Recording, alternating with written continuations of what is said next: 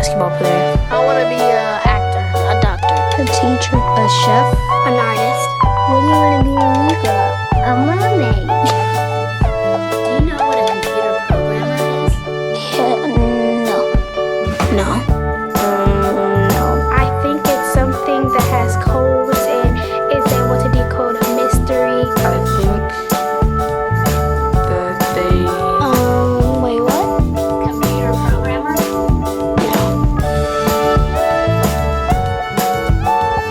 Nowadays, just about everything requires some form of programming. So, what is it? Programming is basically explaining to a computer what you want it to do for you.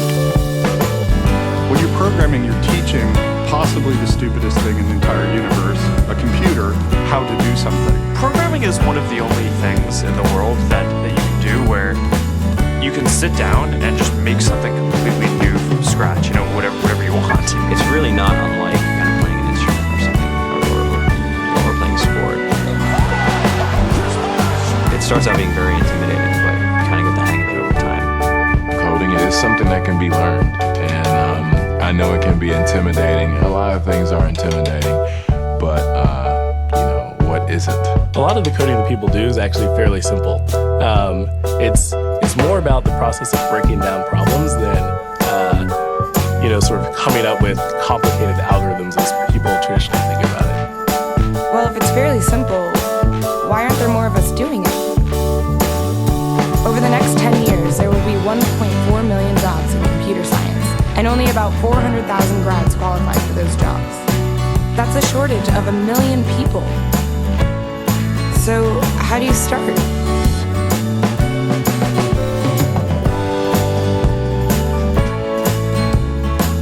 I was obsessed with maps when I was a kid, and cities specifically. So I taught myself how to program. I had a very clear goal of what I wanted to do, which is to see a map of the city on my screen and play with it. Put things on the map, move things around the map, see what was happening in the city, how it worked, how it lived, how it breathed. The best early thing was actually using software to decide when the classes in my school would be, and that put me in a position to decide which girls were in my class.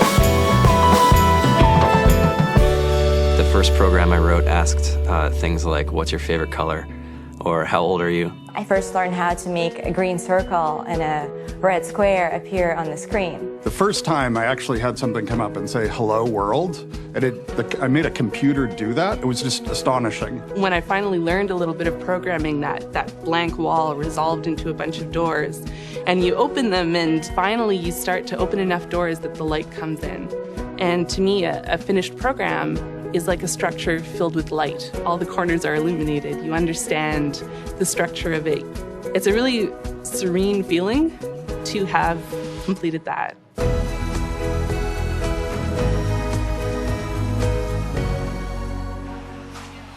It took me some time to realize that creating things with your hands or creating code, creating programs, is just a different way to express creativity. I think right now there's a big emergence of the culture of making. People who make their own scarves and hats, people who write their own apps. Now it's just limited by your imagination and sort of what kinds of ideas what kind of understanding can you build into the computer so that it can do these things that were previously impossible.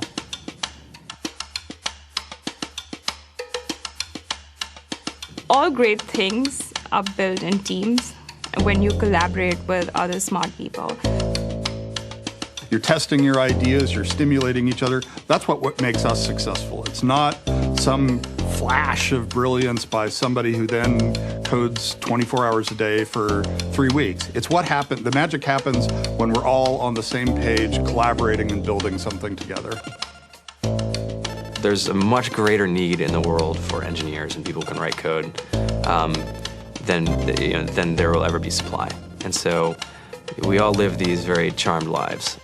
To get the very best people, we try to make the office as awesome as possible.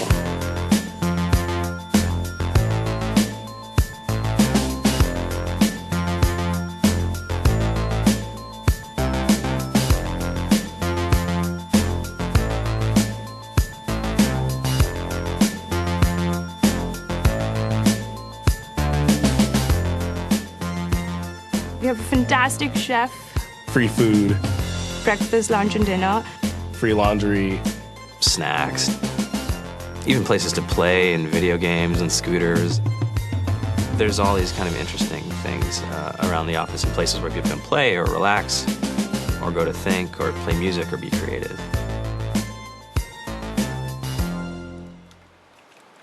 I went on the Bureau of Labor Statistics for the United States, and there's about a third of the pie that's all the things you would expect. It's, they're working in the government, they're working in typical technology jobs. But then, like, the rest of the pie, and it was the majority of the pie, just split down into these little teeny slices of every industry imaginable. And what it is, computers are everywhere. You want to work in agriculture? Do you want to work in entertainment? Do you want to work in manufacturing? It's just all over.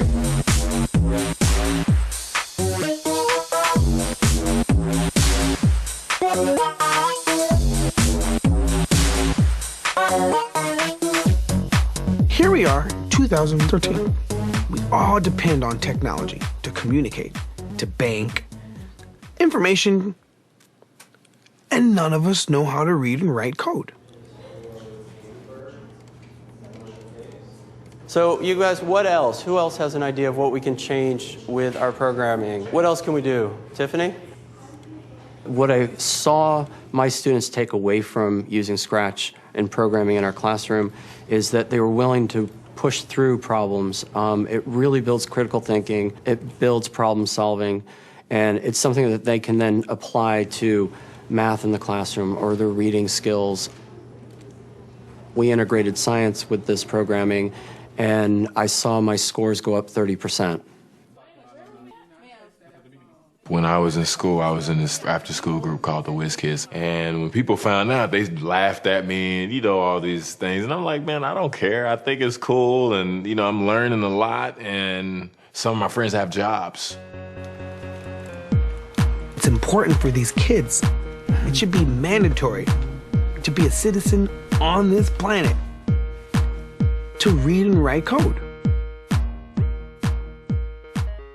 I just think you have to start small, right? And I think that's one of the biggest misconceptions about computer science and programming overall is that you have to learn this big body of information before you can do anything. You don't have to be a genius to know how to code. You need to be determined. Addition, subtraction, that's about it. You should probably know your multiplication tables.